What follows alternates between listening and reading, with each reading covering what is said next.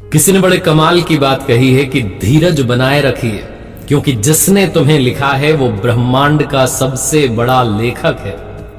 नमस्ते दोस्तों, मैं हूं आरजे कार्तिक। एक बहुत छोटी सी कहानी एक महिला की जो जब भी दिन में भोजन बनाती थी भगवान का नाम जपती थी, क्योंकि उन्हें पूजा का समय नहीं मिल पाता था, व्यस्त रहती थी। तो जब जब भोजन बनाती थी तब तब भगवान का नाम सुमिरन करती रहती थी। और सुमिरन उनका चल रहा था। दोपहर में एक दिन अचानक से तेज धड़ाम की आवाज आई। बाहर जाकर के देखा तो आंगन में 8 साल का बच्चा नीचे गिरा हुआ था, खून में लथपथ था, बेहोशी की हालत में था। पास जाकर के देखा तो बच्चा मां मां चिल्ला रहा था। मन तो हुआ कि जोर से आवाज दें, बुलाएं लोगों को, लेकिन किसे बुलाती, घर में कोई था ही नहीं, कोई मदद के लिए आ भी नहीं सकता था। इन मैडम का 8 दिन पहले ही पेट में ऑपरेशन हुआ था, अपेंडिक्स का ऑपरेशन हुआ था, टांके हरे थे।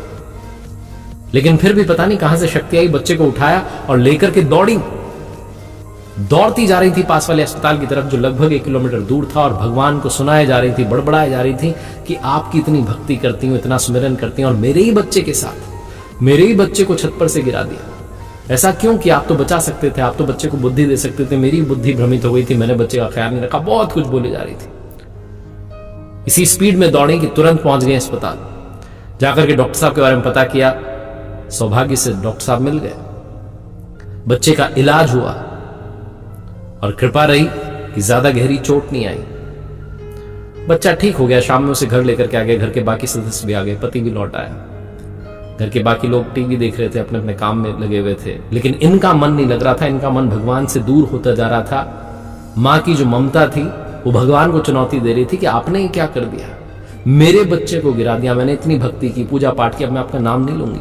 बहुत कुछ सोच रही थी। और जब ये भगवान को चुनौती दे रही थी तब इनके ही मन में इनको इनके प्रश्नों के जवाब मिलने लगे कि वो जहां आंगन में बच्चा गिरा था, जिस जगह पर गिरा था, वहां तो एक बड़ा पाइप लगा हुआ था, जिसे मिस्त्री ने कल ही आकर के तो हटाया।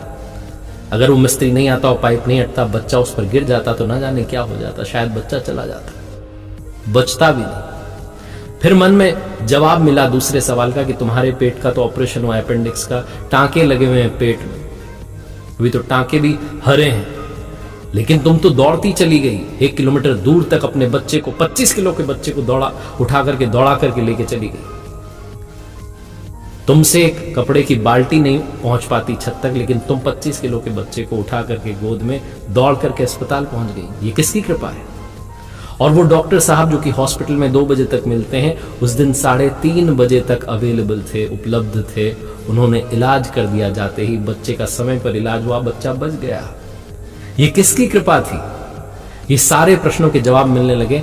और जब ये हॉल में गई तो पति इनके टीवी पर प्रवचन देख रहे थे। उस प्रवचन में जो प्रवचन दे रहे थे वो कह रहे थे कि भगवान कहते हैं कि संकट को आने से नहीं रोक सकता, लेकिन तुम्हें इतना सामर्थ्य, इतनी शक्ति, इतना साहस दे सकता हूं कि तुम संकट का सामना कर पाओ। बहुत छोटी सी कहानी जो सिखाती और बताती है कि विश्वास बनाए रखिए, वो कभी किसी का बुरा नहीं करते।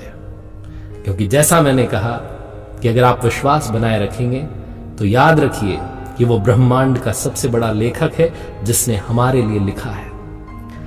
ऊपर वाले के आशीर्वाद के साथ, अपनी मेहनत के साथ, अपनों के प्यार के साथ कर दिखाओ कुछ ऐसा कि दुनिया करना चाहे आपके जैसा।